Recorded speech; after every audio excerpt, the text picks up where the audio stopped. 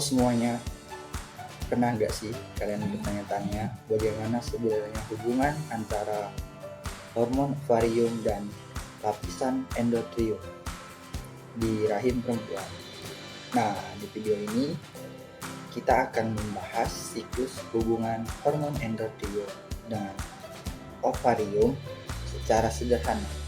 Dan yuk kita mulai videonya. Siklus menstruasi berlangsung rata-rata 28 hari dan dibagi menjadi dua bagian utama.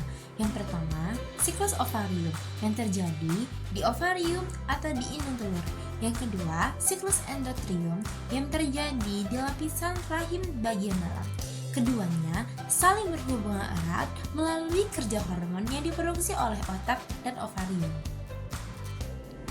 Fase folikuler atau proliferatif pada hari ke-1 sampai hari ke-14 disebut dengan fase folikuler.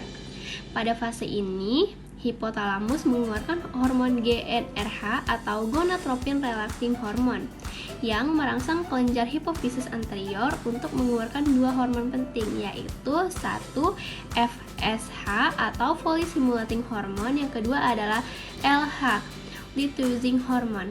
FSH membantu pertumbuhan folikel di ovarium dan folikel ini menghasilkan hormon estrogen. Estrogen inilah yang menghasilkan lapisan endometrium di rahim agar siap menampung sel yang telah dibuahi. Jadi, semakin tinggi kadar estrogen, semakin tebal pula endometriumnya. Sekitar hari ke-14, kadar estrogen yang tinggi memicu lonjakan hormon LH. Inilah yang disebut LH surga. Lonjakan LH menyebabkan ovulasi, yaitu pecahnya folikel matang dan keluarnya sel telur dari ovarium. Setelah ovulasi, sisa folikel berubah menjadi corpus luteum yang mulai menghasilkan hormon progesteron.